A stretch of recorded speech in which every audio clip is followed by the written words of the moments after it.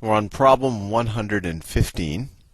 Mary's income is 60% more than Tim's income.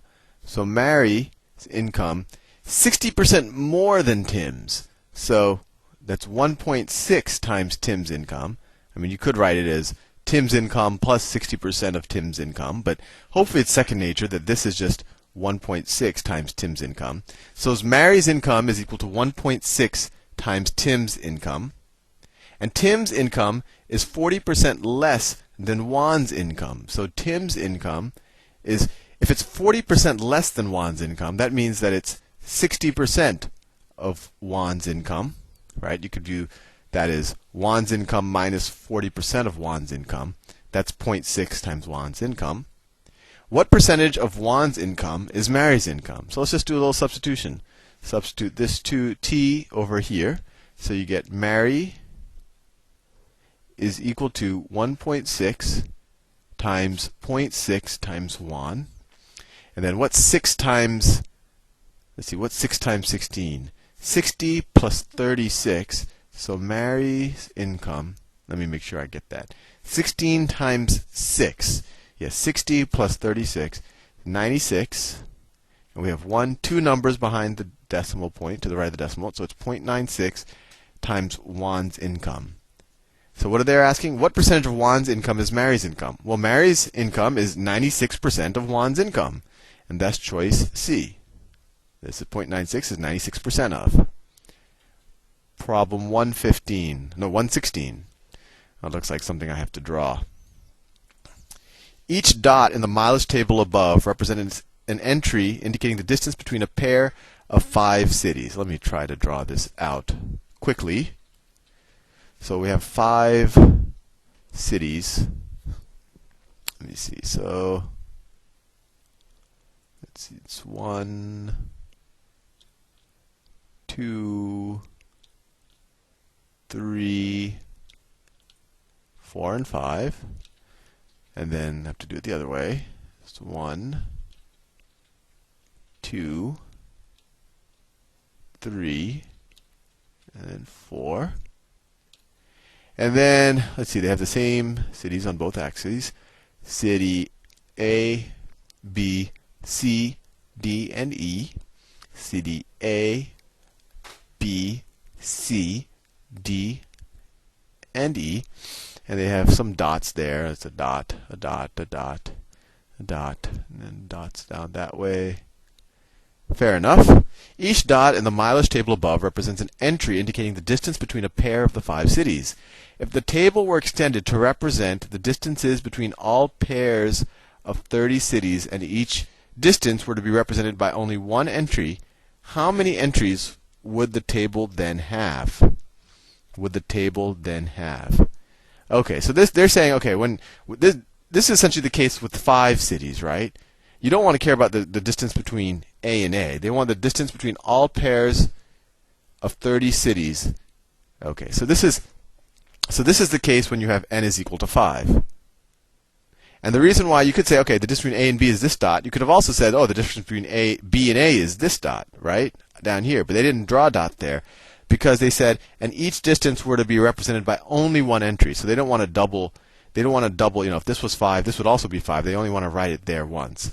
So relative to 5, how would we figure this out? So if you think about it, what you're going to have is no matter how big this table is, the diagonal is going to be empty because you don't want to figure out you don't have to fill out the distance between a city and itself, right? And then if you just continue the trend that they did, you're just going to fill up out of what's left over, you're just going to fill out half of them because the other half is just redundant information. So for example, if you have 5 cities, you're going to have 5 times 5 is equal to 25 squares. How many squares are going to be in the diagonal? We're going to have exactly 5 squares in the diagonal, right? 1, 2, 3, 4, 5. So you're going to subtract 5. So you're going to have 20 boxes left that aren't in the diagonal. And then you're going to have to fill out half of those, right? So you're going to fill out exactly 10 boxes. So 1, 2, 3, 4, 5, 6, 7, 8, 9, 10. So let's do the same exercise with 30. If you have 30 cities, you're going to have 30 times 30 boxes, which is equal to 900. You're going to take out the 30 boxes that are in the diagonal, so minus 30, so that's equal to 870. And then you're only going to have to fill out half of those because you don't want redundant information. So you're only going to fill out, let's say, the top half, the way they did it in this diagram. So if you divide this by 2, divided by 2, you're going to get to what? 870 divided by 2 is 435. And that's choice B. Next question, 117. 117. Which of the following has a value less than 1? So choice A is 2 times 7 over 13. 2 times 7 over 13. Well, 2 times 7 is 14, so that's greater than 13, so it's not A. B. Oh, there was D there, but I think that's supposed to be B. Square root of 10 over 2. Well, square root of 10, that's going to be 3 point something, right? Which is greater than 2. So that's not right. Choice C. Well, they have it all typoed up. Choice C is 2 over the square root of 2. Well, the square root of 2 is less than 2. It's 1 point something. So this is going to also have a value greater than 1. So it can't be this. We're looking for less than 1. Choice D says 1 divided by 1/2. Well, that's equal to 1 times 2, which is equal to 2. So I can already tell you the choice is going to be E. Well, let's look at it. So they have 9 over tenths squared. Well, that's 81 over 100, which sure enough is definitely less than 1. So the choice is E. Problem 118. Well, it's too dark. 118.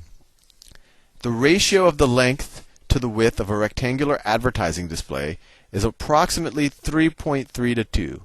So the length is 3.3 and the width is 2. At least that's the ratios. If the width of the display is 8 meters, okay, the ratio of the length to the width. So the width is 8 meters. What is the approximate length of the display in meters? Okay, so they tell us the length to the width is approximately 3.3 to 2, which is approximately equal to the length to 8 meters, right? They say the width of the display is 8 meters. So we just have to solve this as best as we can for L, right? So we could say 2. Well, the easiest way to think about it is to go from 2 to 8, you multiply by 4. So to go from 3.3 to L, we have to multiply by 4. So L is equal to 3.3 times 4. What's that? 33 times 4, or 3.3 times 4. 4 times 3 is 12. 4 times 3 is 12, plus 1 is 13. One number behind the decimal point, 13.2. So they say approximate, and the closest one is choice C, 13. Problem 119. 119. The average salary of 15 people in the shipping department of a certain firm is 20,000 people.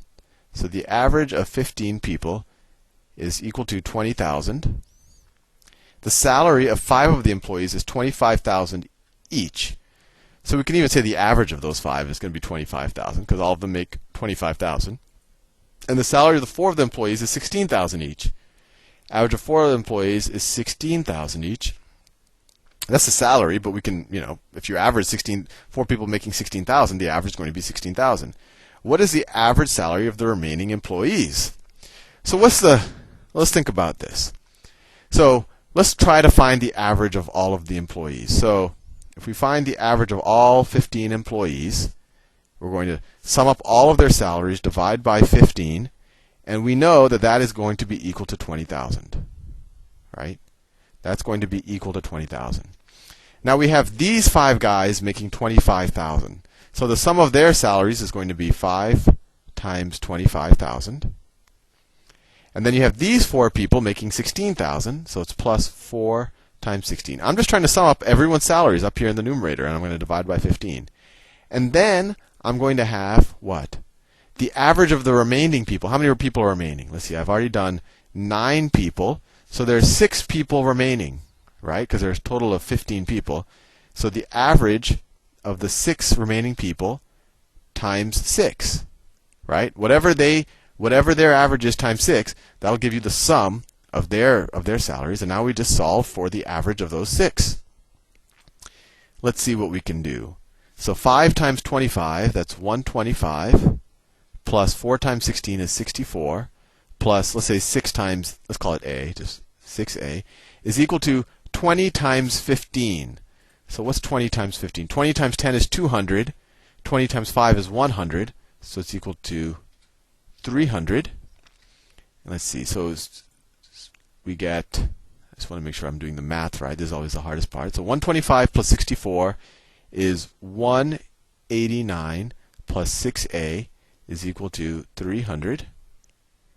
Subtract 189 from both sides. You get 6a is equal to 300 minus 189. That's 119? Is that? No. 111? Yeah, 111, right? 89, you add 11 to it, you get to 200, and then you have to add another 100 to get to 300. So it's 111. 300 minus 189. And then how many times does 6 go into 111? Divide both sides by 6. 6 goes into 111. 1 times 6 goes into 51. 6 goes into 51 8 times. 8 times 48. And then 3, 30, 18.5 times. $18,500 is the average of their salary. And luckily enough, that's one of the choices. That's choice B. 18,500. We did everything in thousands, so we got 18.5. But that's $18,500. See you in the next video.